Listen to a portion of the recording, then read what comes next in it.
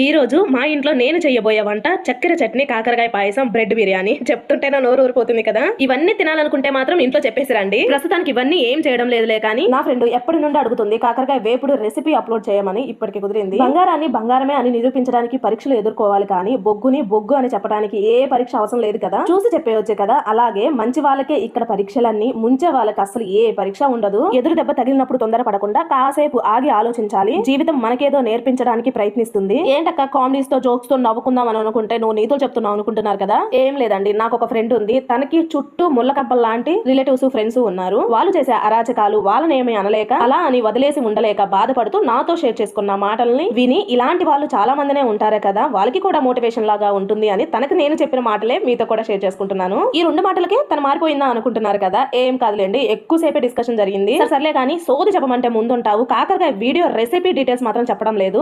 ఎన్ని చెప్పుగాక నువ్వు అస్సలు మారవక్క అనుకుంటున్నారు కదా. సర్లేండి, మీకు క్లియర్ గా అర్థమైంది అనుకుంటున్నా. అర్థం కాకపోతే కామెంట్ సెక్షన్ కామెంట్ చేయండి. వీడియోకి లైక్ చేసి వెళ్ళండి అబ్బా.